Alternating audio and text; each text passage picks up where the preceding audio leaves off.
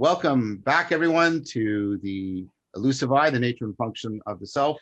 And I'm joined with my colleagues and friends on this journey into the depths of what is simultaneously perhaps most familiar and most mysterious to us. As we try to hearken to Socrates' ever enigmatic but ever alluring call to know yourself, and what does that mean? And so I'm joined, as always, with by Greg Enriquez and Christopher Mastropietro. Welcome, gentlemen. It's a pleasure to have you here again. Thanks so much, Sean. Thank you. So I wanted to review a bit of where we got to, and then try and give us a bit of a scaffold for we had some amazing dialogos last time, and it was very generative. But I'm going to try and give something a little bit more linear here, gather it all back together, and then we can proceed again into the theoretical argumentation. And as always, I invite you guys to jazz with me and jazz with each other wherever the spirit takes you and whenever the spirit takes you. Great. If we get through, and we might not, and I'm fine with that, if we get through what I've sort of planned for today, we will again come back to the topic of soul, because what I'm going to argue is part of what's going on in the self, no self debate is an implicit identification of the self with an implicit but long-standing definition of what the soul is. And that what people are really denying is they're denying sort of a Cartesian soul when they're denying the existence of the self. And then the question that will emerge out of that is, do we actually care about that denial? Because do we have a Mott and Bailey here thing going on? It sounds like radical, there is no self.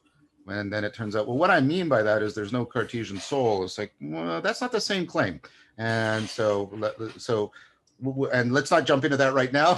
Right. That's where I foresee we might get to. And so what did we do? Well, we basically built together what I call a schema of emergence.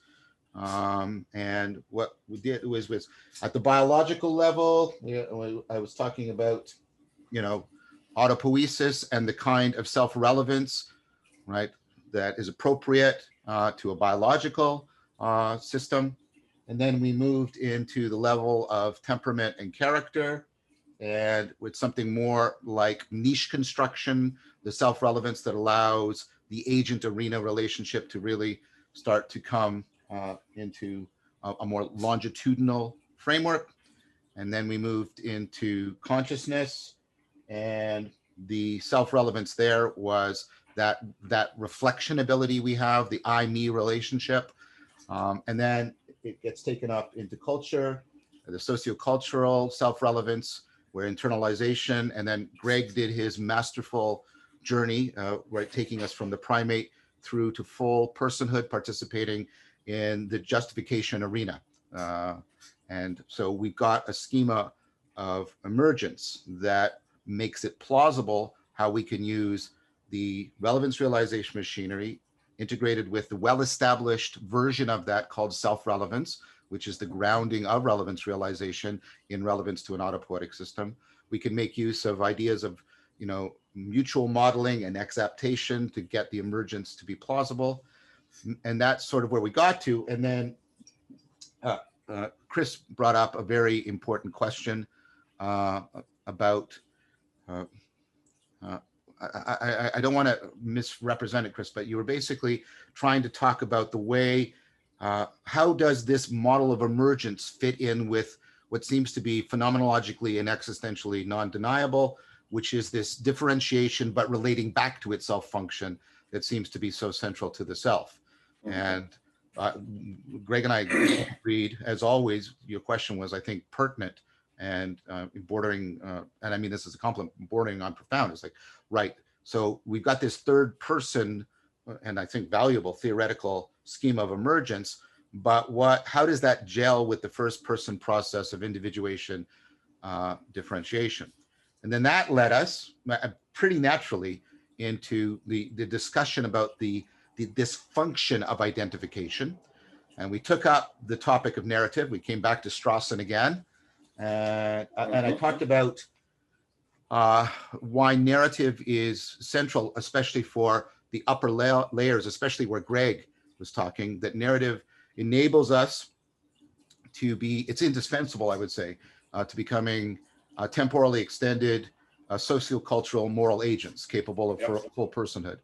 And then I talked about how narrative seems to be able to do that because it gives us, it allows us to, it helps us do that upper level of emergence, but also the self-othering that Chris was talking about, because that's how narrative works. And I talked about how narrative is interesting because it gives us an identity that is neither logical nor categorical. And then we got into the discussion about Strawson about that, given, right, like Strawson clearly seems to be a moral agent. And then I brought up the question of, well, is narrativity necessary to being a self? And we all agreed that that can't be the case, given that we have animals that pass self-recognition tests. We have complex, organization amongst chimps and primates. But we did say that perhaps what we can't get is a full-blown moral agent existing within the justification arena, because only with language do you get the propositional framework. And then I brought up the question, well, there was a part of this, I was trying to put together that, and then everything Chris had said, and it was strong, and this was good dialogos, because you're doing theorizing, but you're also doing theoria. You're also seeing what you're exemplifying in the very act of doing the theorizing. And what I noted I was exemplifying, and I saw it in both of you, was this weird capacity we have. And I think it's a trans-narrative capacity of we move around the seat of consciousness and the center of identification in a very fluid manner. But it's kind of, when you step back, and it's so transparent to us, but if you can step back and make it opaque, it's like really kind of mysterious. And how does that gel with our model of ourself as some sort of solid, substantial entity? And then in the mix with that was the fact that we know that agency and narrative can come apart from us. We are capable of entering into a trans-narrative state, the flow state, the pure consciousness event, etc., in which people don't lose agency. They don't even lose, a sense of being. They don't slip out of consciousness or anything like that, but they lose narrativity completely.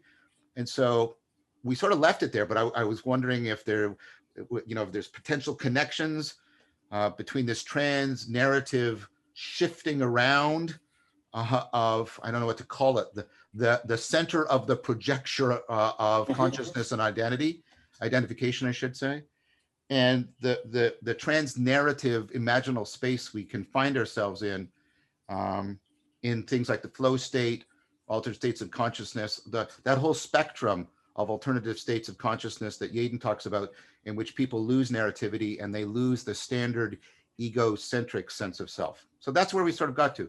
Did I represent everybody's ideas fairly? Does that capture the line of argument and discussion? Beautiful. I think that's a really clean, linear summary to something that was quite rich. I'll simply state that, yes, I found the dialogos at the end of that quite meaningful at a personal level. And what was sort of integrated, apparent, and then very, perplexing or opening was the frame shifting, what I would call sort of adverbial perspectival frame shifting. That at least I was seeing in myself as a much, I guess I always look through it, John, and now I was looking at it. So I went through the evening, and then I've been watching my frame shift. I'm just more conscious of that and see that more as sort of this central juxtaposed perspectival shifting. And I think that's a really fascinating thing that I feel more aware of over the last week. Chris, I think you're muted. Yeah. Sorry. Thanks.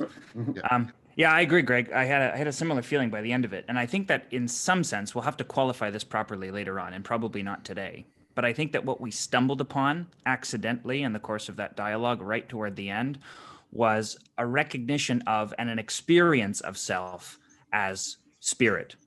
I think that is what disclosed itself by the end. In the theoria, and as a consequence of the theoria, into the theory of the argument. That's well said. Fascinating.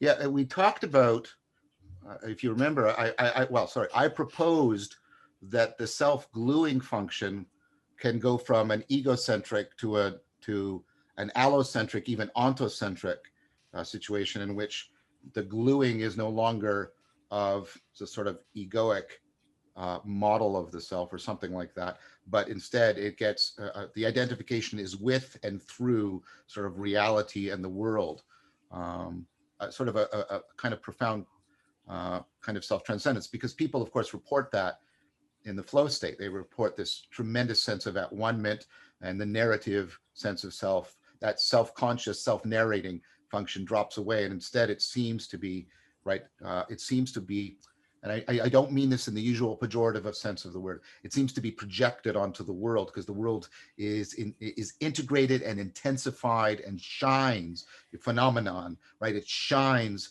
with more intelligibility and more presence than normal. So kind of how we have that phenomenological salience preference for the self is shifted outward. And I'm wondering, Chris, if that also is part of the what you've put your finger on as the spirit function. So the translocational capacity of this, right, can also ultimately be directed to something that transcends the agency of the organism in some fundamental way. Definitely, yeah. Something like its full potential for being, sort of that it somehow comes into recognition, not necessarily an egoic or a narrative recognition, Right. but some kind of ontological recognition of its potential for being. And we talked a lot last week about the idea, the sort of the Jungian idea of the self, the Atman, Right. right, to which it corresponds, roughly speaking. And I think that there's an interesting and necessary paradox I think we'll probably have to talk about, in that the shift to the ontocentric perspective, which is phenomenally could be perceived as a shift from the inside out, is also by the same token a shift from the outside in. Yeah. Heraclitus, the way up and the way down are the same way. Yeah. And I proposed, and we had some good discussion around it, this idea of that ground to ground identification, that ground to ground participatory knowing, that we can get a sense in that, in terms of that imaginal space that the seat of conscious moves around in, that's kind of a nourishing function.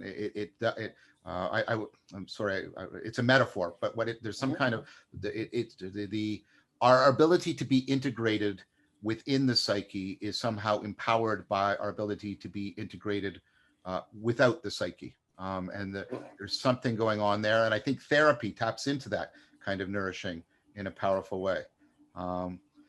And we also talked in connection with that, because we talked about that nourishing, and then we talked about, like, when you're doing like internal family systems theory, that weird thing where you're moving around that locus of framing and identification. So this is all just fascinating stuff. And let's make it even more perplexing and enigmatic by entering into where this takes us, I think pretty readily, which is the current. It's perennial, and it is also current and cutting edge debate called the self-no self debate. Things like, Vedanta, Atman and Brahman, right? And that the ego is ultimately an illusion, but there's something like Atman, right? But then Buddhism comes along and says, no, even no Atman, right? And we have people coming out of that tradition with Deichmann trying to locate the self or identify it with consciousness. We've seen that we've seen this all along, and I want to get into this debate, and it's at the cutting edge of cognitive science right now. So I like this debate precisely because it resonates so deeply into the past and cross-culturally, but it also brings us into really imminent contact with, some cutting-edge cognitive science and neuroscience and psychology about the self. So that's where I propose we go right now. Beautiful. Neat. I think we're set for it. Mm-hmm. Okay, so we already saw, we got flow, we got the pure consciousness event.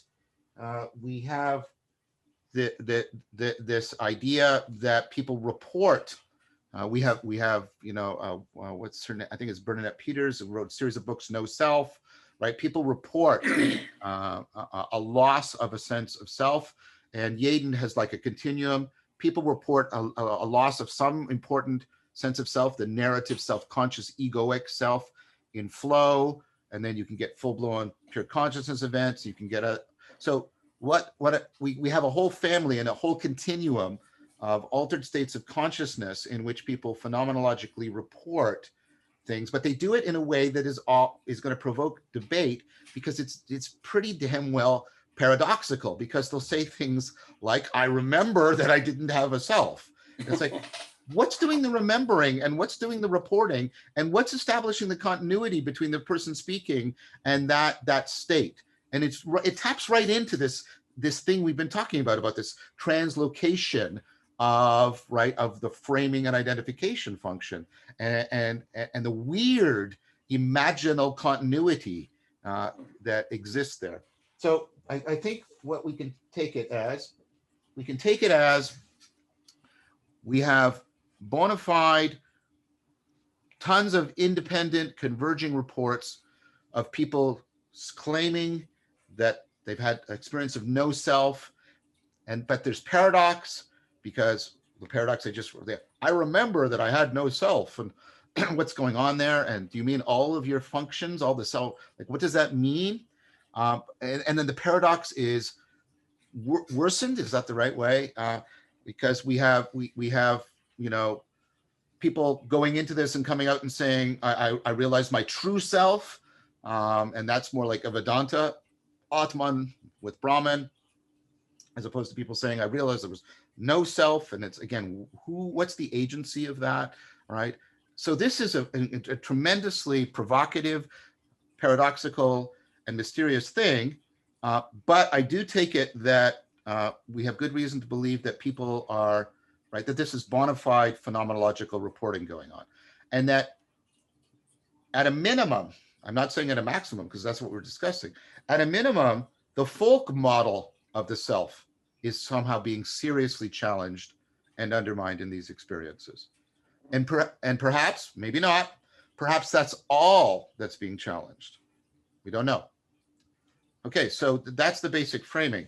Now, what I propose to do is take a look at a recent 2017 debate within cognitive science between two groups of people. So one is represented by Hoey and Michel from 2017, and they have a predictive processing model of the self, and they're going to argue that the self is real. I want to do them second, though, because it turns out, for sort of expository purposes, having them second in the debate is better. So I'll be referring to them, but I won't probably be getting into an explanation. So on the other side are Letheby and Durans, also from 2017. This is a live debate, and they are using psychedelic and mystical experiences, the whole Yaden continuum, in order to make a claim that the self doesn't exist. Now, again, let's remember way back when we talked about Hood, they mean that the self doesn't exist in the way we think it exists. They're not claiming that every aspect of everything we're talking about here is an illusion. In fact, I noted this very carefully. These are the things they assert exist, like without question.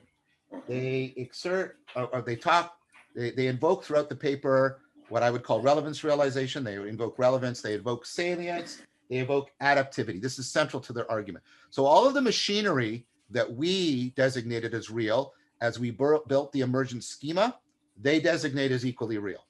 Secondly, they explicitly refer multiple times to the reality of self-relevance. And how could they not? All the empirical experimental literature. So that's all there. And so, I mean, I think that brings with it an entailment that there's an autopoietic being involved, because self-relevance makes no sense unless it's relevance to an autopoietic system. So we have autopoiesis, recursive relevance realization, we have self-relevance. They also admit something that we've talked about repeatedly, both with the mutual modeling and with the robots, which is the existence of self-modeling. The agent is empowered by a self-model, a model of its own biological and cognitive agency. And in that sense, they agree with Howie and Michel. But so all of these are real. All of these, and it's, they can't really deny it because the empirical evidence and the theoretical argumentation, I think, are pretty solid. So what is it that they're doing? What is it what they want to claim on the basis of the altered states of consciousness continuum? Well, they want to say that all of that is real, but the self is not real. And that I'll call it the psychic to mystical continuum is evidence for that fact. And here's the nub of the debate, because it's a question of whether or not all of that previous stuff, including the self model, and including the very sophisticated version of Howie and Michel, which we'll take a look at later, right, next time, hopefully, is that sufficient for a self? Is that sufficient for selfhood? Right. So Howie and Michel, I keep mispronouncing his name, I'm sorry, say it's sufficient. Let there be and Jaron say it's insufficient. So let's be very clear what's going on here. All of this machinery is agreed upon. All the machinery that we have relied on in our discussion is agreed upon.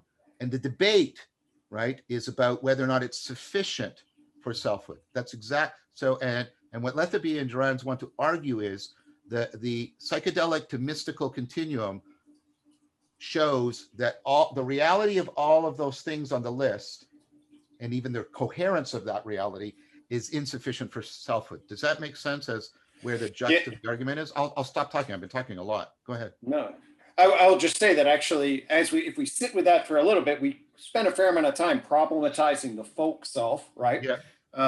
But this fact in and of itself, that you have individuals delineating this list of attributes and coming to sort of diametrically or whatever opposed conclusions that, well, this list means there is no self, and this list means that there is.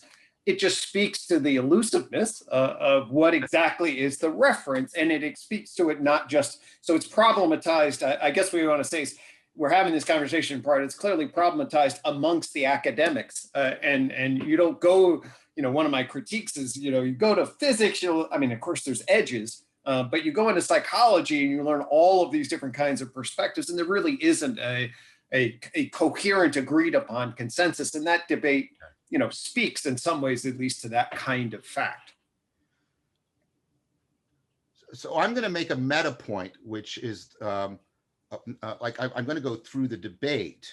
And like I said, I'm going to start with Let there be and Drans and then move back to Howie and Michel. But I'm going to make a meta point, which neither one of them make. So it's a presupposition, a shared assumption in the debate, which is this whole discussion about the realness of the self is bound up with a set of criteria for realness that are never explicated, elucidated, or justified in any way. And so the debate is fundamentally a debate about not only the self and its realness, but I think what the debate needs to be, which it wasn't, is a reflection on the standard of realness that is being used.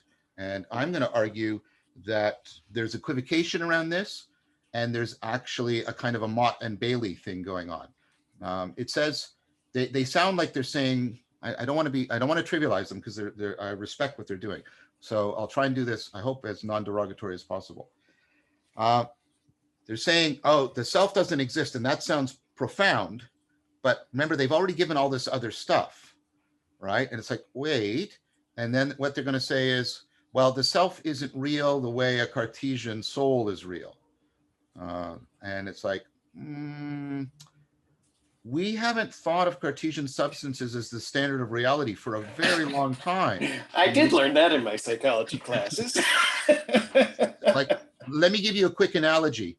Nobody well, that's too strong. Almost everybody that I know in psychology, neuroscience, cognitive science, thinks the mind is a Cartesian substance. Very few people, the Churchlands aside, think that that means the mind is not real. We have all these disciplines that are in existence precisely because they take the mind to be a real entity. They don't think it's a Cartesian substance, but they don't thereby conclude, again, the Churchlands aside, and I think eliminative materialism has fallen on pretty hard times, right? That aside, right? Everybody goes, yes, they simultaneously say, yes, it's not a Cartesian substance, and yes, it's real. And it's a real phenomena, it's a real function, and we need to really explain it. So we've already, for a long time, we were willing to abandon the substantial model of the mind without abandoning its claim to being real. And so it's unclear to me why the same strategy of ontological acceptance is not available to us when it comes to the self. That's going to be the Vervaekean proposal I'm going to make to you, gentlemen. I think that's a beautiful proposal. I'll give you a little aside when you mentioned eliminative materialism, just as an aside. I was at a conference about the self with Patricia Churchland and Roy Baumeister and a few others, and we were having dinner or lunch or whatever. I pulled out the Tree of Knowledge and she said, "Hey, that's what I think." So, you know, okay. I don't know what the hell people think half the time, John. So anyway, that was her. That's it. Hey, that's my model. It's like, I don't know what we're talking about anymore if that's your model, because that's not an eliminative materialism. You know, that's not what it is. But I just want to speak to everybody. The amount of epistemological, ontological, terminological, conceptual confusion is high. And I think your meta point is brilliant, John. And I think it's exactly why this journey is so important. Good, because thank you for saying that, Greg. And I think, Chris, this speaks to a concern you've repeatedly had, and you've voiced it in various incarnations, last time again, that the relationship between self and reality, they should always be considered together, and they shouldn't be considered in isolation. And the presupposition that, the presupposition that the self can be conceived of in isolation actually bespeaks the very intuition they want to challenge, which is that the self is some sort of Cartesian monadic substance. They seem to be falling prey in their presupposition to the very thing they want to challenge, which I think is a little bit of dramatic irony, perhaps. Yeah, I don't want to sound dismissive of this because it's rigorous in its way, and it is important to go through it. But I can't help feeling that this is the debate is premised on an improper framing, that it's much ado about nothing. Don't trouble yourselves. Right. But I think you know what I mean by that. Yeah, no, it's brilliant. Thanks. So I want to take it that they are saying the self doesn't exist the way the folk model says it exists. Again, I think I agree with Chris. That's not like, like, I don't know of any scientific view that says the folk model is the right model. I can't. It's hard to find that. We did enough to problematize that, so I'm not going to return to that. I take it that that's been made plausible. So they want to say something stronger. They want to say that we have a self model, but the content of that self model is something like the Cartesian soul. Now there's difficulty around this because they invoke the notion of substance, and they seem to want to invoke both the Aristotelian notion of substance and the Cartesian notion of substance. And why I feel it's fair to say this is they explicitly talk about Aristotelian substance, but then they move into Cartesian language, specifically invoking Descartes. And it's like, that's problematic because in an Aristotelian substance, there's a lot of historical change between Aristotle's notion of substance and Descartes'. So just a quick history recap. An Aristotelian substance is like an ultimate subject that cannot be a predicate, right? So substances in Aristotle are kind of, I don't mean it metaphysically, but methodologically, they are grammatically defined. A substance is something of which things can be predicated, and itself cannot be a predicate. So Socrates is a substance for Aristotle. Many of us would find that language weird. Chris is a substance. Greg is a substance. I'm a substance, because while we have predicates, we are not the predicate of something else. And it's not clear. It's not quite clear. Well, maybe it is. It's not quite clear how that's being refuted by these psychedelic experiences, because it seems like people still want to say there was not maybe a self, but there was a substance of which there were predicates. Like there was no self and it was in bliss, right? And so in that sense, the experiences don't undermine a Cartesian sense of substance. Now there is an Aristotelian, I should have said, sorry. Right. But then there's the Cartesian sense, and the Cartesian sense is much more like ours. Our Cartesian sense is the underlying stuff in which properties all inhere. The famous example from Descartes is the wax, right? When the wax is solid, it's white and solid, and when I melt it, it's transparent and a liquid, but it's still the same wax. And so that notion of substance is much closer to our notion of matter or something like that, right? In the Cartesian sense. And then for Descartes, what you have is you have the idea that there are two kinds of substances, matter and mind, and that we have an immaterial, unified, single substance, which is identical with, right, the soul. And what Descartes meant by that was what we're talking about here when we talk about, he meant both the religious sense of soul and what we're talking about here with the sense of self. And you all know this because of Descartes' most famous line, cogito ergo sum, right? I think, therefore I am, right? There's an identity.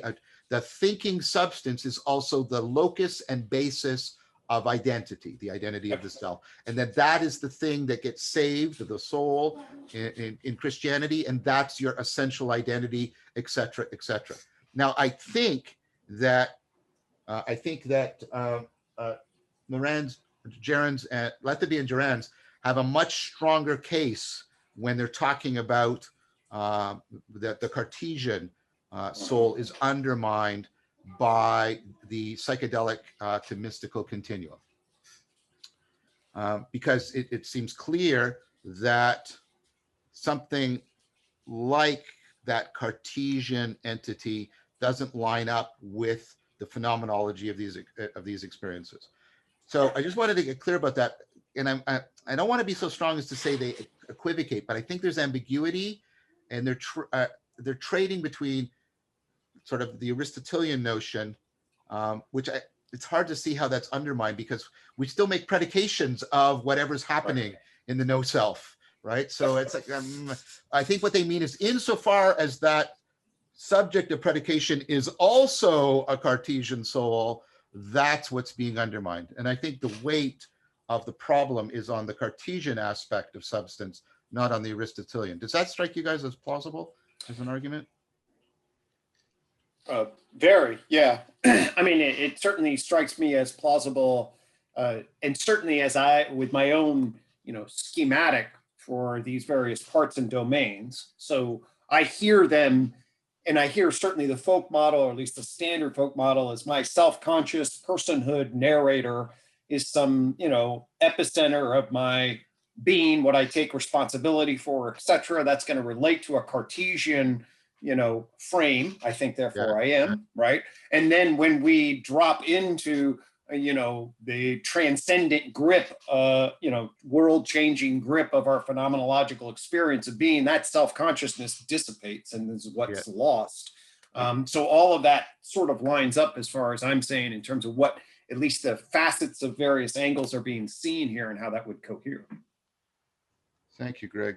And I want to thank listeners for hanging in, because this is pretty technical stuff, but we have to get clear about, and to be fair to this discussion, this is a very hot topic even in the general public right now about self and no self. And part of what I'm trying to show is even people who are deemed to have the responsibility of being very rigorous about this, and this is not, again, meant to be an insult. You can see that there's a potential for confusion in this. We have to tread this path very, very, very carefully. Be very precise in what we're talking about. I want to read a quote from them just to make clear. This is a quote. So, quote, "Our argument then turns crucially on the claim that the content of the self model," notice they're not denying the existence of the content or the self model.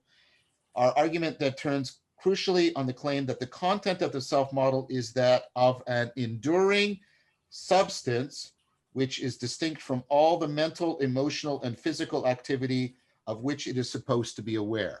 So the idea is there's some substance, just like the wax is behind all, the different experiences we can have of it. There's the substance of the wax. There is this particular mind substance that is behind it all, and in which all of these experiences ultimately inhere. And then the idea is the self model has as its referential content that, so it's modeling itself, and it's modeling itself as that. And what they're claiming is, although the self model exists, and obviously the content exists, the referent doesn't exist. Analogous to this sentence, the music of the spheres. Obviously, there's a modeler here, the speaker, and there's content, but that doesn't mean there's spheres making music out in space, right? That's the basic model. So we have a self model. It's making a representation of itself in the recursive sense, right? But that representation is actually false. The content does not refer. That's the basic move that's being made here. Is that okay? Yep, it's clear. Yep. Okay, so the first thing is, again, there's a claim. Now, notice what the claim is they're making. The claim they need to make here is the claim, right, that this is the universal content of the self model, because they want to universally pronounce that there is no self. And so what we can ask is, does this map readily and easily and coherently onto the content of people's self model? And that's already where I find it a bit problematic. The idea of an enduring substance, perhaps, but we also note that people talk about a self that is continually developing. They also talk of themselves as a developmental system. They talk about parts of themselves that are changing and growing, and some are disappearing and some are coming into emergence. And it's difficult to see how all of that lines up with, but the self is actually the enduring, unchanging substance behind it, just like Descartes thought the matter was the enduring, right, enduring, unchanging substance behind all the phenomenological present appearances of the wax. So I would propose to you that I don't think the self model is just prima facie, insofar as it's also the folk model. It's what I'm trying to say is, doesn't our folk model give us evidence that the self model isn't just the Cartesian self? It seems that our folk model is perhaps not even consistent. We've seen that, and our self model might not even be consistent itself, which is an interesting idea. So first of all, I wanted to challenge that claim, and I got to keep coming back to it, because they need to claim that that content is universal in order to claim that it's universally false, and therefore it's universally the case that the self is an illusion. Does that follow as an argument? Yeah, and I'm saying, but lots of people have had lots of different ideas about what the self is. Maybe you'll be getting into this, but we have cultural theories of the self, and they certainly don't always conform to the Cartesian version of reality. And, right? I'm going to go through a version of this. I'm going to go through Stang's book on the divine double. Right, which just completely undermines the idea that this is an intrinsic feature of the self model. Because I think you can make a good historical argument that that's just simply false. And then what happens is the claim. See, this is what I mean about being Mott and Bailey. The claim is shrinking to, well, there's no Cartesian self, but the Cartesian self model is universal. Oh no, it's not. It's culturally historically located. And then we've got the culturally historical Cartesian model is false, and that doesn't sound the same as there is no self. And so I want to keep going. So what this is what they're after for is the following. This is another quote: diminution in what they think all of these experiences show, all of the psychedelic and mystical, right? Diminution in the sense of solid selfhood shows that this sense of self, right? So the diminution that occurs in the sense of a solid self, a Cartesian monadic self that's happening from the psychedelic to the mystical, shows that this sense of self is ultimately just one more conscious experience rather than a transcendental precondition of all such experience. So what they're saying is, right, the self is just, this is like a Humean move, right, from David Hume. The sense of the solidness of the self is just another conscious experience, like the experience of heat or the experience of blueness. It's just another qualia that we might be having. And instead, what they claim is that so what they seem to be claiming is there's no transcendental precondition of all of the experiences. Now that's a little bit odd because they're walking a very thin line here, because it could be, and I think they're in agreement with Hoey and Mitchell, that the self model and all of that machinery we've laid out is a transcendental precondition on extended cognitive agency, of the reflection ability, the ability to enter into moral relationships, the ability to enter into narrative identifications, etc. That's all there. And so again, it's not clear what transcendental here, by the way, I should mention for people who are listening, it doesn't mean like supernatural. Transcendental is a specific category term, which means a necessary condition for the possibility of something, right? That's what it stands for. And so they're claiming that the self model, the content, I got to be really careful. The referent of the self model is the referent to a transcendental precondition. But then again, it's unclear. Are they talking about the function of a transcendental precondition on agency, which must be the case because agency exists, right? Or are they talking about the transcendental condition for this particular Cartesian referent? Do you understand when I'm trying to, my worry is, which they seem to want to say, we think we have a transcendental condition on the possibility of our conscious experience having the unity it has, our agency having the unity it has, but there is no such transcendental precondition. And I'm saying, really? We just outlined it and you agreed with it. Here's a set of necessary conditions for the emergence of all this stuff, and you agree all of those exist.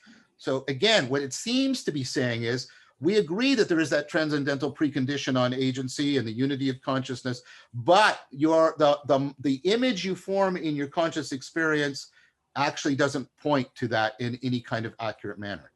Again, see what I mean?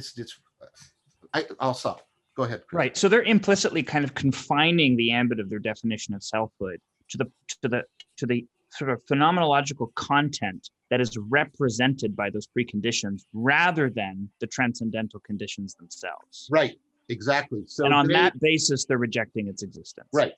They're saying that the phenomenological experience of solid selfhood is, right, essential to the existence of the self. And it's unclear that that's a fair claim. Already, because like I said, they've acknowledged all of this other stuff as the transcendental precondition on agency, the unity of consciousness, et cetera, et cetera. They have to do that because then they can't rely on the psychedelic to mystical experiences that they're invoking, right? So and we've already argued, remember, with Searle, right, that the mind has to intrinsically exist, or else you get just an infinite regression. So they can't deny any of that transcendental precondition. What they want to deny is that our sense that somehow grounds in a solid self is an illusion, and that means that the self is an illusion. And again, that strikes me as very problematic. A very problematic claim. Is it your sense, John, that their audience, I sort of get the feeling that if this audience was directed at, a Cartesian populist folk psychology version, like, hey, folks, wake up, then there's no self in that sense. Like for that feels like it resonates more than, say, to the psychology, cognitive science community. The meaning of the claim no self depends on the audience, and so I don't know if you have any reference, or I haven't read it. That's my impression too, Greg. No, I think that's right.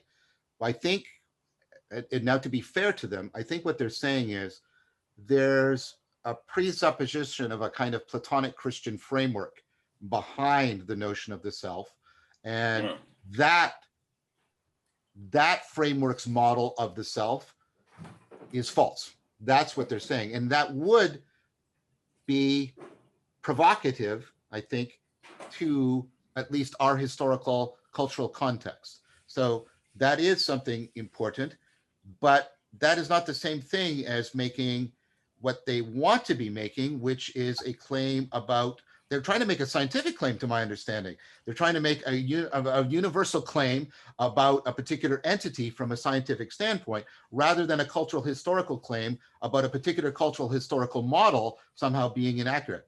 And again, this is what I'm saying. I find that it slides between those two without clearly distinguishing them. And I want to show you this in their analogy. They give the analogy. They say, you know, they use perceptual binding. They say, you know, what we have is we have all the, and Kant used this argument, and it's like, they must have read Kant because they invoke him. But Kant, you know, so here's the perceptual binding, right? So, you know, different, and you know, and yet you bind this all together. You bind all the features into the Gestalt, and you bind all the different spatial temporal location and all the different spatial temporal aspects into a unified object. So they're right, and you do it with the sight and the sound and the touch, and they're all, that's all perceptual binding. By the way, we already know that self-relevance goes into that glue in a massive way. Now, the idea, so what they say is, we think that there is an object behind all the binding, right? All the perceptual binding. And notice we're right. right? Unless they're claiming that all of perception is illusion. And I'll come back to that in a sec. Why that will be, that's going to get them into a self-refuting position. And then they say, by analogy, we have all these aspects and things, and we think there's something behind them bound together, but that's false. So they say, in the case of perceptual objects, the binding points to something doing the binding, a process, by the way. We don't think that behind the, right, sorry, let's be very careful here. There's a process of binding, and then there's also the object, right, that is bound. And now what they want to say is, well, we have all of these, like, you know, experiences, all these aspects of the self, and they're bound together for us. And we think, therefore, that there is an object behind the binding. Now, the problem I have with that right away is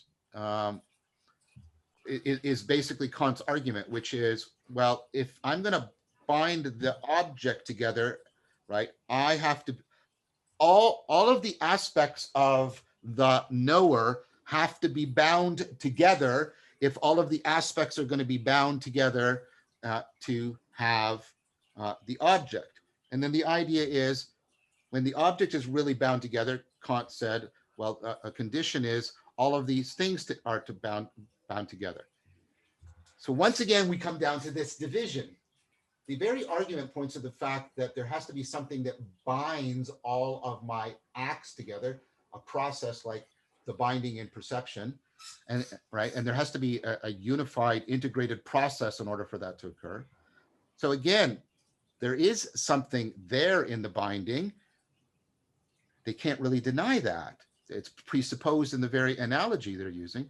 But what they want to say is, but it's not a real thing, the way the object is a real object. And that strikes me as problematic. That strikes me as problematic because it's like, well, why does it count here and not here?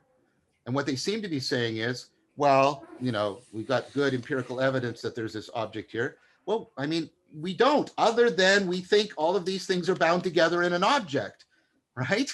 Like what evidence could we bring that there's objects beyond my perception other than we believe that the binding point? You see what I'm saying? They're saying, well, don't question that. That, of course, yeah, there really are objects, but question this over here. But the analogy is much stronger than they realize. It's like, wait, right? You know, and idealists have been willing to make this argument, right? It's like wait, maybe objects don't really exist either. Yeah. And what I want to say is that correspondence should always hold. So, for example, none of us think that this is a Cartesian substance. None of us think that this is a continuously extended, inert, non-structured thing. We have given up. We do not have the Cartesian notion of matter, and we haven't had it for centuries. I was going to say millennia. We haven't had it for centuries. Again, why people are critical of materialism, they don't know what they're talking about, right? We think of this as a process. We think of this as a process. We think of this as atoms in motion and things moving and electromagnetic thing and lattice functions and molecular interactions and gravimetric stuff and all. We think of this as a process. And notice we don't go, and therefore, well, some people do in science. Let's be careful. Some people say, therefore, there's no object there. The problem you have with that, and this is a version of Ned Block's, this is a Vervaekean version of Ned Block. Ned Block's famously said, well, if you start down that path, right, the only thing that really exists is the thing at the very bottom of your ontology, which is something like probability waves, and then everything else is an illusion. Now, Vervaeke then asks, and where is that illusion occurring? Right? Where does the illusion, like, there's a difference between saying what the illusion about isn't real, but the illusion itself has to exist for your very explanation. And yet, where is that? Because there's no illusions at the level of, well, it's in your mind. Oh, so you're actually a Cartesian dualist. Oh, no, I'm not. Okay, so what is it? What you're saying is, I have real science about that down there. But down there, the particles and the forces are all identical. In order to do the science, I need people that can make statements that must be real, using machines and instruments and measurements that must be real, and picking up on informational patterns that must be real in order to get to the conclusion about down there. And if all of that is an illusion, you know what else is an illusion? This science that claims that it's all down there, right? So let's put aside reductionism and let's say, which many people do for a lot of arguments similar to that. And Greg and I have done some work on this. It's going to come out in his podcast. That's right, baby, on Thursday. Yes, that's right. So the fact that this isn't an inert, continuous, homogeneous substance doesn't lead us to claim it's not real. Now, notice what can happen. I can take it that my perceptual bindings point to something real, but that doesn't mean that they give me all of the facts about its reality or its internal structure. Similar way, all of my experience of the binding of the self point to there's something, right? Something there, but that doesn't commit me to what it is. And if I discover that what's behind all this binding is a system or process, like we've been talking about here, so what? That doesn't undermine its realness one whit. What I see happening is a double standard of realness being applied here in an unjustifiable manner. And I keep seeing this, and people will say, well, all I experience are, I'll get this often when I'm sort of arguing with Buddhists. And remember, I'm very sympathetic to Buddhism. They'll say, but all you get are this experience of this, and you don't actually get the experience of the whole thing. And I'll say, well, you don't get the experience of the whole thing of anything. You tell me when you've ever experienced all of a table all at once. And that also means all of its temporal differences, all of its temporals. Well, I can't. Right. You can't. Is that your standard for realness? And no. And sometimes they do this, and this is legitimate. They'll say, well, everything is on Atman, right? And that is a classic Buddhist move. And you go, okay, then what I say to you is realness is a comparative term. Real things are always real relative to a shared standard, a shared comparative, right? So saying everything is an illusion is like saying everything is tall. It doesn't make any sense, right? And so then I say, what's the standard you're comparing? If everything, what's the real that you're comparing it against? And it's like, what? What's that? And then they'll come, and basically what you find out is consciousness really exists. And it's like, but you don't experience all of your consciousness. We have all kinds of evidence for an unconscious, blah, blah, blah, blah. And if you're willing to attribute consciousness to something whose properties you can never grasp as a whole. Many of them you're ignorant of, blah, blah, blah, blah. Why won't you make the same move for the self? So, sorry, I hope you guys know I'm not trying to refute Buddhism here or anything pretentious like that. I'm trying to challenge what I feel is an unfair argument at the expense of the self, that we, for everything else, we have these other standards we've acquired over centuries, and like the mind exists, consciousness exists, right?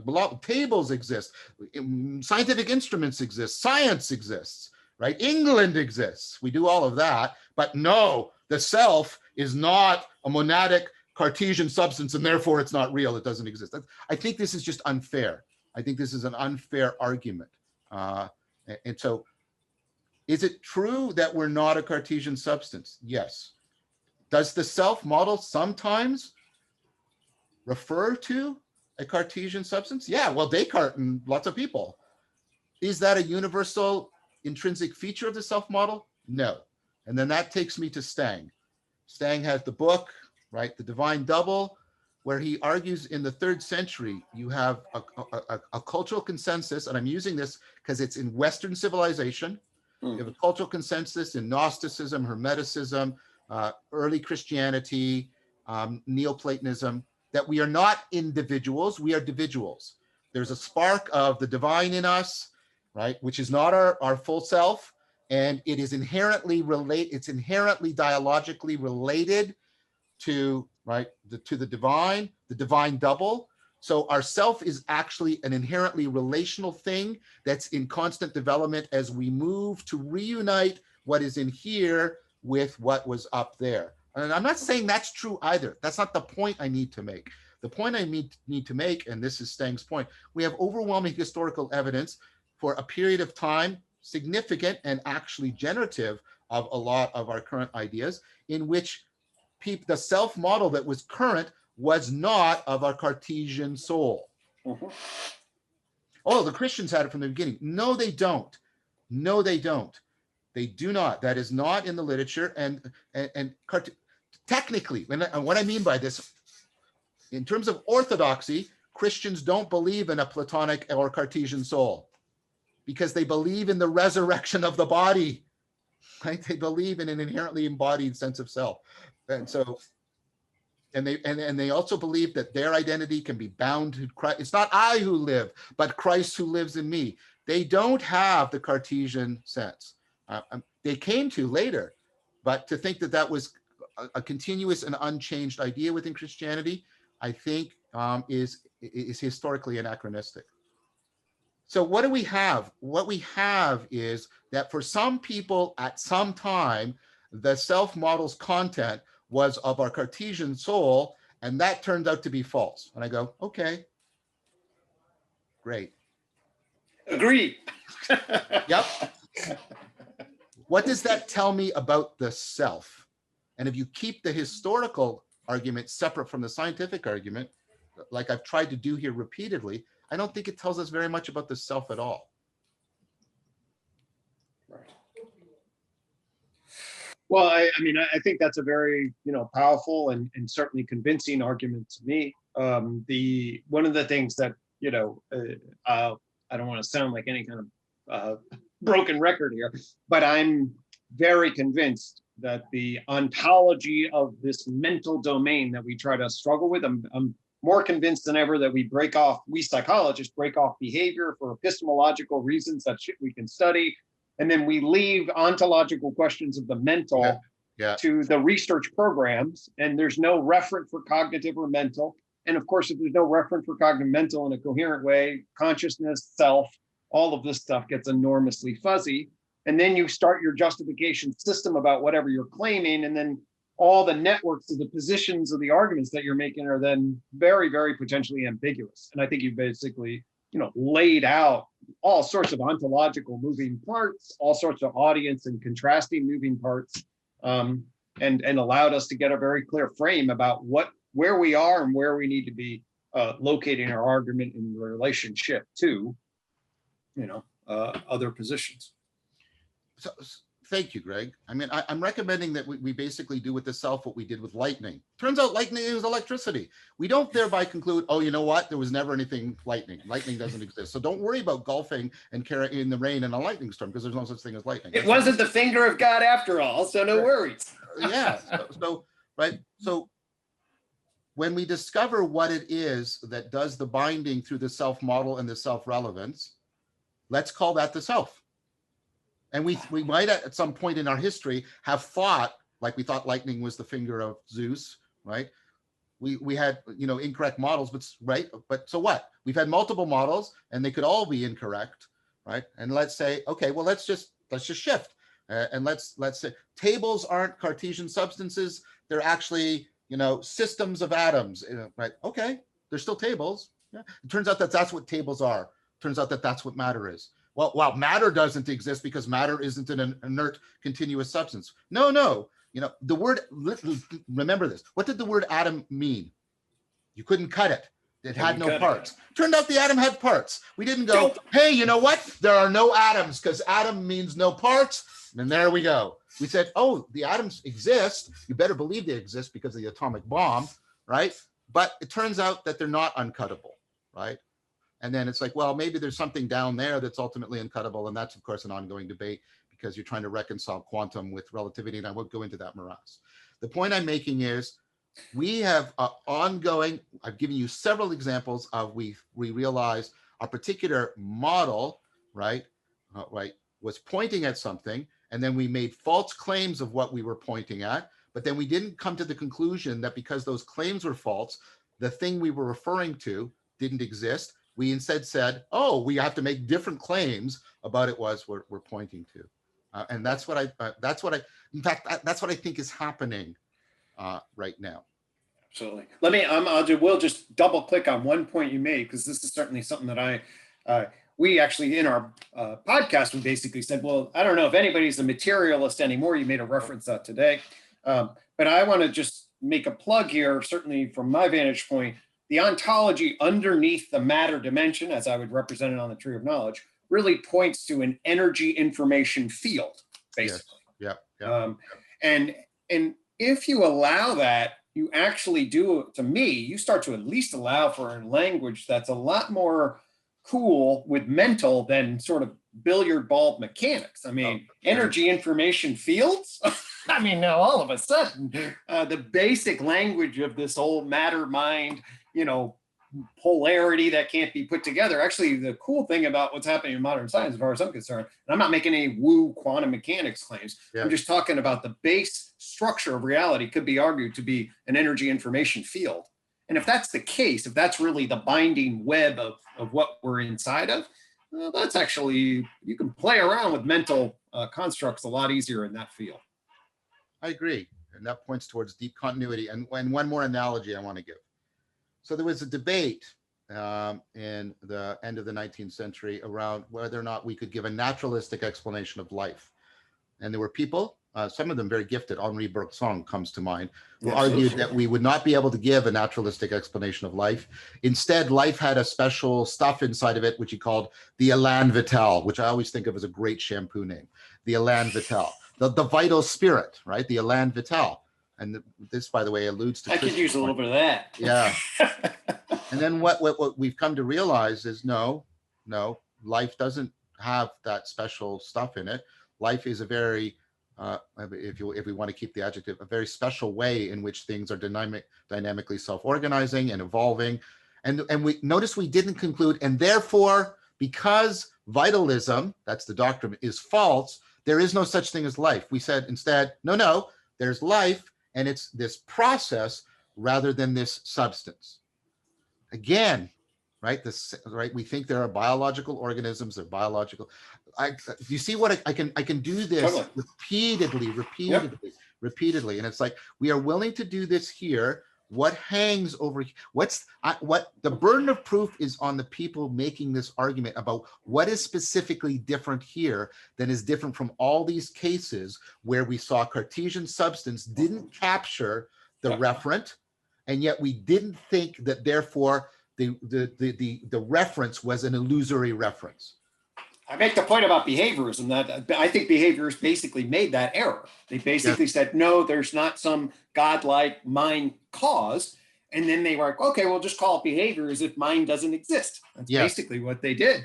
And so, and it was disastrous. It was disastrous. So we have examples of people trying to eliminate the underlying cause and then try to eliminate the phenomenon by once they realize the underlying cause is there. And that doesn't work at all for an ontology, because now you're trying to pretend something that isn't real that is real.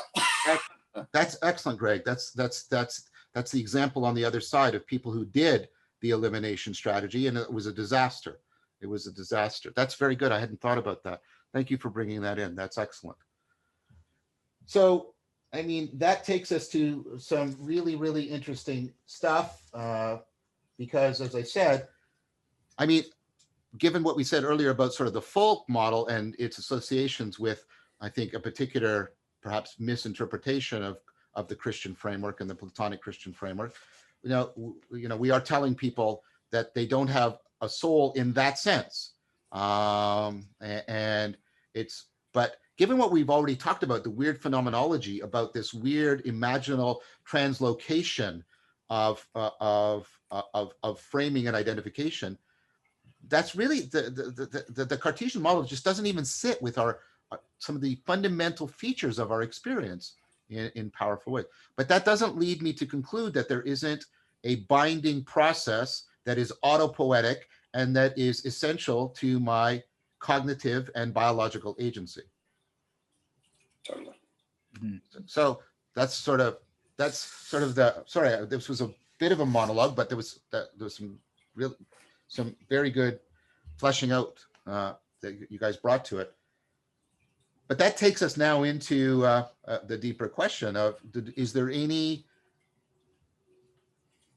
I'm proposing that we can change the meaning of self without it being some tricky semantic move, and say, no, what we were actually always talking about was that, right? Because we keep doing that. I've given enough examples, I think, to make that clear. Right. Can we do that with soul, or is soul bound to the Christian Cartesian framework in an irreducible, irreplaceable fashion? So well, that's the I don't have an answer to that one right now. Oh, hold on. Wait. I'm do you, Greg? Go ahead. Jumping in the skull. No, actually, the soul was a slightly right term there. Actually, what I would say, though, is right. I thought when I was sort of in my predictive processing was moving more in relationship to consolidating the model of the self to jump into the self. We'll definitely do that. No, that whole soul thing is another. Right. Anyway. Oh, sorry. I think I was being unclear about the move. I did want to give space in the conversation, but I could see how that would carry with it the conversational implicature about blah, blah, blah. Let's go into this and solve that problem. What I meant was, no, the next move I want to make is to go to the other side and look at the Howie and Mischel thing and draw that out and do the consolidation. Exactly, Greg. But what I wanted to do is point out, right, that we got to a place that, right, I can hear people saying, okay, I buy what you're saying about self, perhaps, but like, I don't want to lose the notion of soul. And so is there a way of bringing those two together?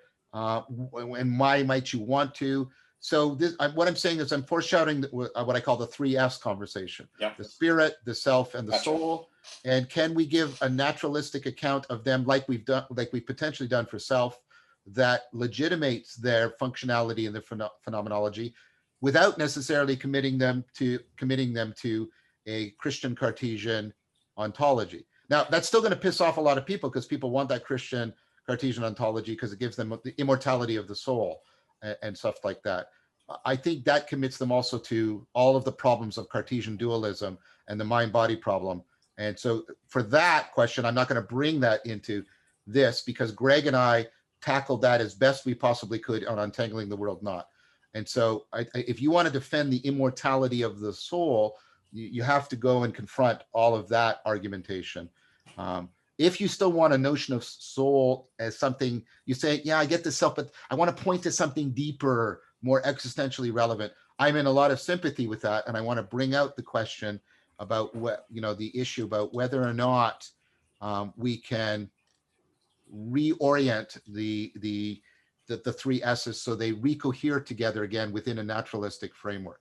So to maybe broaden the elusive I, at least dimensionally, that there's a self dimension, a soul dimension, a spirit dimension of this, and can we draw that out and unpack that in a useful manner? That we don't have to do that right now. I want to flag that as something that needs to be done. That's all I meant to do. I'm sorry. Really? I was misleading. I didn't mean to. No, I didn't mean it like that. I was, yes, I look forward to the 3S kind of conversation. And certainly I'll throw this out there right away. Clinically and humanistically in my embodied phrenesis world, I want those concepts. I think it was an interesting concept. Another conversation as well, in our scientific logos world, does the soul do work that then other systems wouldn't do? That's a great conversation to have. I certainly want to reclaim it, as you know. I mean, as you do and others, soul and spirit, I think we need to reclaim from the modernist scientific claim that you can't talk about this unless you're going to jump off into some dual worldview. I think it's just grossly problematic at so many different levels. And I absolutely believe that we can embrace those concepts from multiple angles. Good. Now I feel that I've been talking far too much, and I would like to give space. And Chris, you can leap off from any point you want, because there was a lot said here, and I laid a lot on the table. Greg has put quite a bit on the table too, and I want to open up space for you to riff in any way you want about what the discussion has been. Yeah, this is like a multi-story edifice now. So leaping off of the top might mean death. So I won't do that. But, it's funny. This is kind of an orthogonal point. I have nothing to add to the argument you just made. You made it very convincingly, and I was disposed to be sympathetic from the beginning. So it's not so much that, but there's something interesting that's going on to me. Maybe this is more of a sort of a meta perspectival point about the exercise that we're undertaking right now and its existential import. But it's kind of interesting. So the process of succession between one representational model of the self and another. Let's say if we were to, obviously this is historically inverted, but let's say we were to succeed from a Cartesian model of the self to something like a Christian Neoplatonic model of the self. Right. There's something very powerful that happens when we substitute or transmute one representational model to another. Yes. And it seems to me that maybe disabusing so let's say there was someone who was completely beholden to the Cartesian model of the self or the soul. And then, in the process like this became disabused of that internalized model and then need to go off in search of a new model. And there's something about that for me that's kind of analogous to the idea of having to discard a noble lie. And in the process of seceding from that noble lie, having to undergo a kind of perspectival shift that made that initial model something of great efficacy and great usefulness. That's good. That's really So not only are we trying to interrogate different models of the self qua their own merits, but I think what we're also doing is showing, perhaps, I don't know if we're actually showing this, but it would be interesting to explore what happens developmentally, and I mean ontogenetically, within the individual psyche and within the individual's developmental project to become himself, herself, etc. What it means to have to transition your perspective and migrate it through different models, different representational models of yourself, and in the succession, attain a kind of maturation, a kind of psychic maturation. So I guess what I'm saying is I'm wondering how necessary it is, or at least how useful it is, if I were to weaken the proposal, that having to undergo a kind of a perspectival gauntlet through different representational models of oneself, we find a way of becoming oneself. Oh, wow, that's an amazing proposal.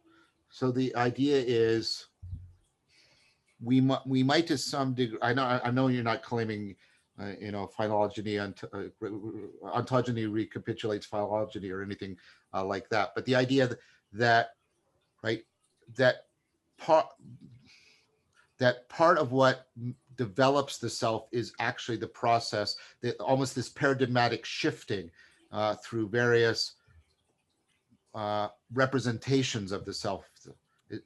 Do I understand you correctly? Yeah, yeah. When you put it back to me like that, it strikes me as something very almost pragmatist. But yes, yeah, that's what I'm proposing. That's very interesting. That's very interesting. And I'm wondering, and again, I want to be careful of any recapitulation theory, because the biological version of that turned out to be false. But yeah, because I mean, another model I didn't bring up was like the Egyptian model. The Egyptians seem to have, there's your name, and to speak the king's name is to make him live again, right? And then there's your ba and your ka, and then there's your body, and you need your body to be yourself. Like it's a much more fragmented, and it's somehow located in your liver, right? And then we move to something like, something that we got in the. I'm trying to do something, Chris, and I think it's constant, that as we shifted from the continuous cosmos to the changes in cognition and consciousness that happen because of all the stuff that I talk about in Awakening from the Meaning Crisis, and I'm seeing these two things now in tight correspondence. Our model of the world and our model of the self had to change in order to make us functionally fit. And we have the two worlds mythology, which gets internalized as a two worlds, right, entity. We have this ultimately the Cartesian immaterial substance and the material substance. And so what I'm seeing is, historically across civilizations, we can see the need that the change in the model is reflecting, what do I want to call it, a pragmatic existential need to resituate emerging functions and phenomenological experiences into the world. Did that make sense as a proposal? Yeah, yeah. Yeah, exactly. I think that's it. I think it's like like these are exercises in semiotic approximation of the realism of the preconditions for being oneself. Something like that. Right. And apropos of relevance realization, there is a co-constitutive process of both the epistemic knowing and mapping and the ontological claims that we make about what is, and then the ontic nature that evolves as it happens. So this is, for me, what I was getting is, yes, I've always been really fascinated about how the self evolves based on the attributional structure that we are situated in.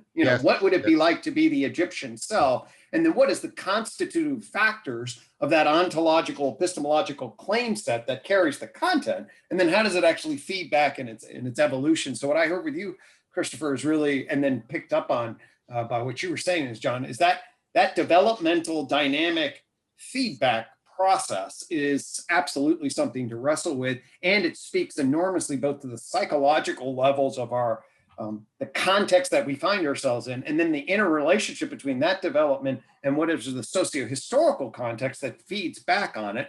Totally. And I believe that's fundamentally the meaning crisis, right? Is that in many ways we have now created the socio-ecological context of the self in which it is emerging. We're very, very vulnerable in creating a particular type of epistemic ontic process that is fragmented, chaotic, disorganized, and the system can't get a hold on a proper developmental structure that allows for that consolidation and growth through the various lenses, but then returns itself to some sort of coherence or some sort of functional adaptive robustness.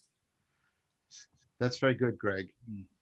And we did talk about throughout repeatedly the socially constructed aspect of the self as being, an essential feature of the self. the ability to internalize a world into the phenomenological structures of the self is one of the features. So this is what I would be led to say, drawing these things together. I want to say something like the self is that which makes possible all these different historical instantiations, but is not reducible to any one of them. Just like life and evolution make possible all of the various species, but is not reducible to any particular species. That's the analogy I would try to draw here. I want to know what it is that affords us, like, having these many different kinds of self, and I want to say that's actually the question that's getting us down to the fundamental ontology of the self.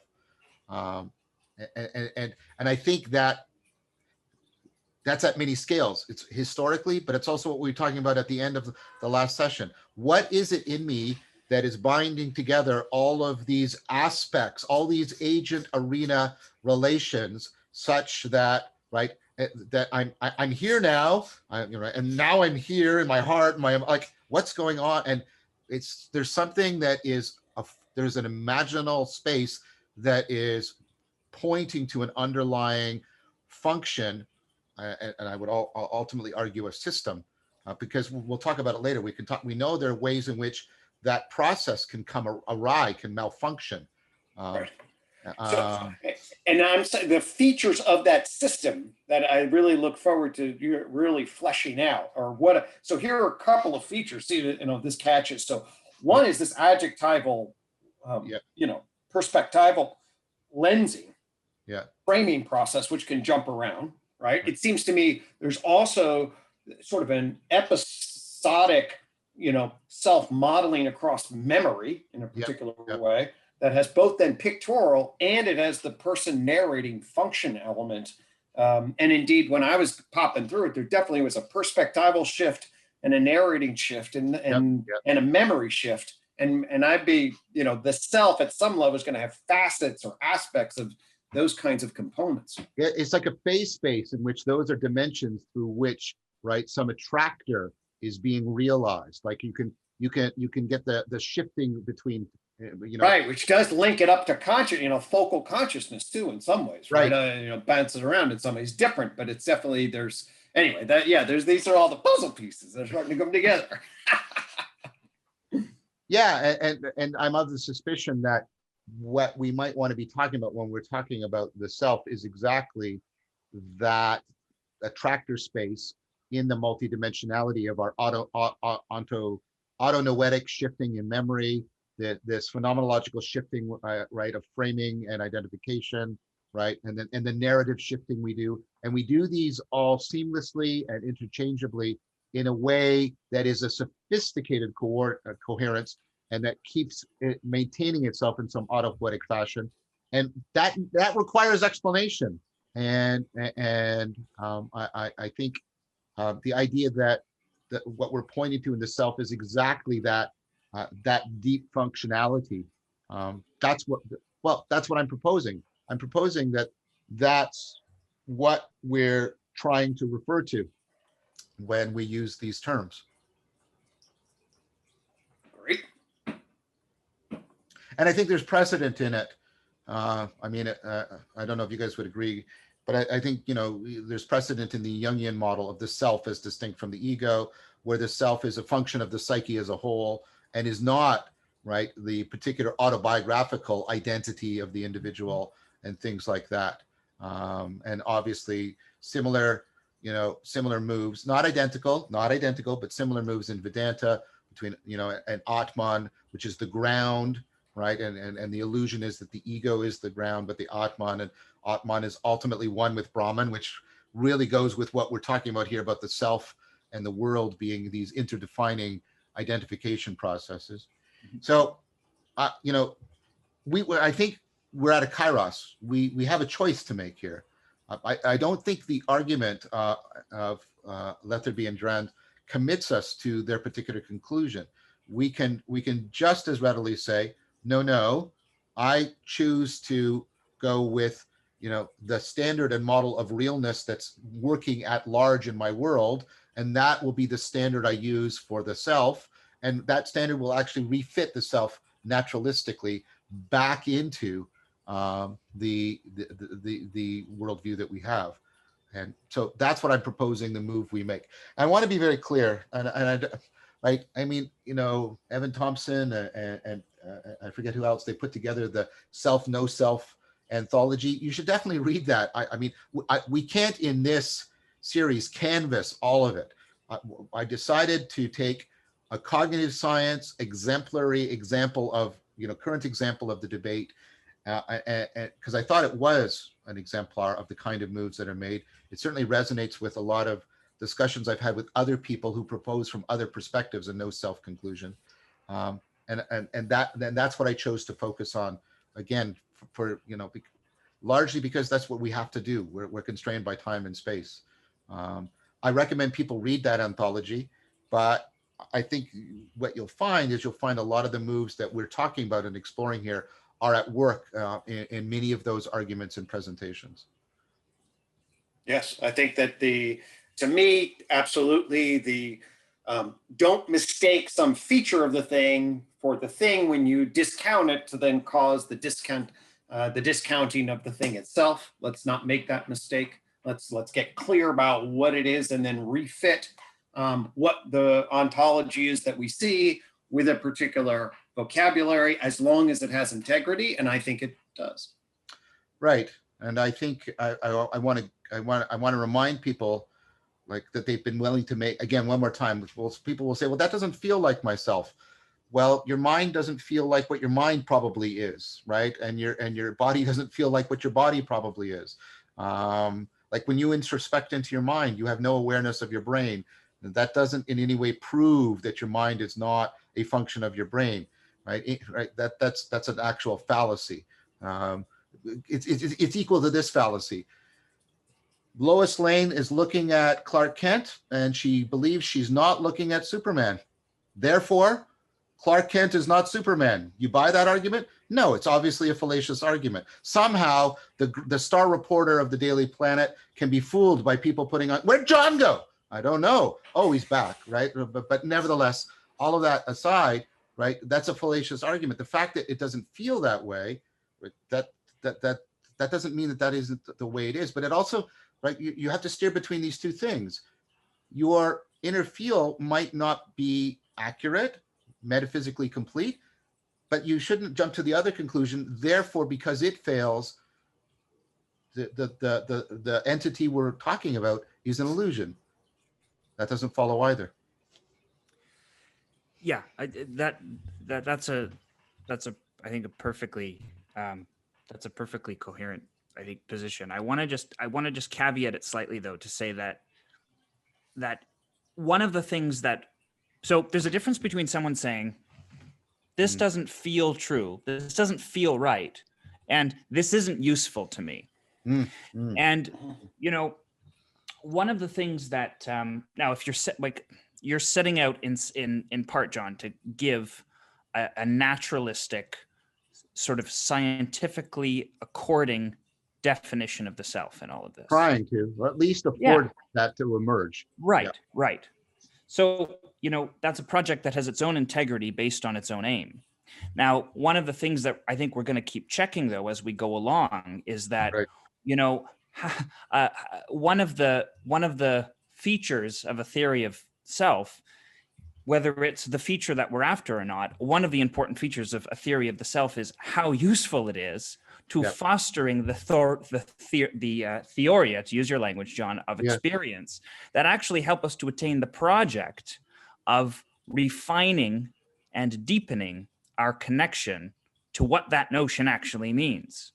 A scientific account can be perfectly plausible and elegant and Be useless. Yeah. useless. Okay. And I think that we are consciously, I think we're all conscious of this tension, and we're, I think, committed to the idea of trying to equilibrate this account with both as much as possible. But there are degrees, I think, to which they can come into conflict, and they can I agree. operate at cross purposes. So the idea of, the idea of providing an integrated scientific theory of the self is its own project with its own integrity, but that doesn't necessarily make it existentially useful.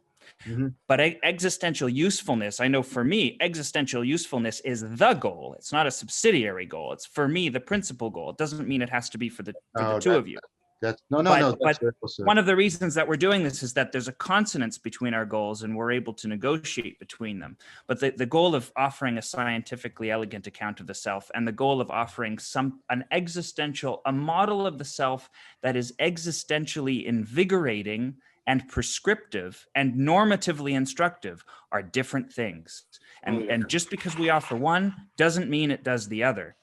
And the second thing I'll just say that's kind of on a similar vein is that we talk a lot about the importance of trying to map accounts of the self over top of one another, right? I mean, for instance, we spent the last session largely talking about how your your recursive relevance realization model of the self's functionality, John, maps over top of the Jungian model of the self and found some very salient correspondences therein. And it's not a one-to-one, and we know it's not a one-to-one. But it's a very useful exercise to do that mapping. Totally. That also doesn't mean, though, that achieving some kind of perfect symmetry is necessary or desirable, right? Just like a topographic map does something different than a demographic map, we don't necessarily have to make a kind of master blueprint here. It's very useful to have separate models that are directed to different telos. Totally. So anyway, I just wanted to, you both know this already, but I think it's for the benefit of folks who may be watching this, he may be called to question from time to time, what is it that we're actually trying to do here? Right. I think it's important to split those hairs a little bit. And actually, I'll jump up on that for a second, because my reaction to that is that's exactly right. And there's a hopeful thing to say about that. And what I mean by the hopeful thing to say about that, at least from where I'm sitting, and the bridge that emerged in my own life between working clinically and then having sort of, in many ways, I would argue, basically a naive view that a coherent model of science would be helpful. And in retrospect, I see that as way more naive. But I also think I backed into a particular view of science that does afford that. And then what happens in relationship to the finding of that is to achieve a particular kind of understanding that affords an integrated pluralistic view of lots of different maps that give us then, like maps do, wide variety of utility depending on their purpose, and then do so in a way that can nourish the spirit and soul in the 21st century. I mean, it sets that up. So I think that that's a crucial point. And I also think that's partly hopeful for what this whole dialogos is about. Agreed. Thank you. Yeah, Thank you, Greg. I think that's right. And I think Chris is bang on. And that's one of the reasons why he's here. Many reasons. That's just one of them. I mean, for me, I would regard the project I'm engaged in as a failure if it purchased the scientific at the complete expense of the existential. And I'm going to strengthen Chris's point. Whatever model of the self we come up with has to incorporate the fact that there's an aspect of the self that is inherently self-defining. The central claim of the existential framework is exactly that there's something about the self in which it is a self-defining thing. Now, I want to say, and we've typically people have tried to ground that in narrative, and we've had some excellent discussion about that was last time, and the mapping and non-mapping into the Jungian stuff, the internal family system stuff, the IFS stuff, and I think that's all fecund. And so that is part of the answer I want to give to you, Chris, is I think that's going to be an ongoing thing. I think it's very much the case that this dynamical system model that's inherently embedded and enacted transjective of the self is actually a better location for the self-defining nature of the self, and that the self actually exists existentially and not internally, and that it's also a better location for the Socratic notion of the self as something that is inherently aspirational in nature. And I think whether or not you agree with the truth of those claims. I know you're open to them. Actually, I think you're in some agreement with them about those dimensionalities of the self. I think what you would agree with is if this model homes those in an effective manner, it's homing some pretty important existential features that should matter to people existentially. And if that is also conjoined with a revivification, a making it a live option again to talk about the soul dimension of the self and the spirit dimension of the self, and how those plug into our deepest aspirations and our deepest self-definition, I think that would go a long way to addressing the concern you just brought up. So that's what I'm hoping we continue to do as we go forward. I do want to state, and that's promissory, so can't do it right now, we're running out of time. But what I do want to state is, it is one of my goals to do exactly that. I mean, I'm a scientist and I would care about this just as a scientist. But as John Vervaeke, I care about this ultimately in a way, can we do this in a way that will help us respond to the meaning crisis, like Greg said? 100%. And my claim is going to be, my forward-looking intuition is, yes, it's going to help us do that. Yes, it's going to help us do that. So I don't know, that won't go all the way towards what you claim, because by your very argument, they won't completely merge into each other. And I don't need to do that. I don't need to do that. Yeah. No. I just need to say this scientific theory can home, legitimate, enable, enhance, empower these existential projects. And there's great valor to that. Yeah. Great value and great valor to that. Absolutely. Yeah. That's, I'm glad you brought that up, because I'm very glad you brought that up, because that should be more appropriately foregrounded. That above and beyond our scientific curiosity, the reason I did this and the reason I did the Untangling the World Knot with Greg is consciousness, self-consciousness. I wanted to rehome all of those in some fundamental way so that we were no longer estranged from our ontology, so that our practices and our phenomenology could once again be rehomed in a significant and empowering way. So that is one of my goals. Amen. Okay, I think that's a good place to end. And next week we'll come back and look at the other side. And that will serve to sort of also, what Greg said, fully cohere and clarify the alternative position that I've been only arguing in a debate style right now. Next time I can present it more coherently, making use of the predictive processing models, which I now, given the work I've been doing with Brett Anderson and Mark Miller, I think can be integrated quite readily into,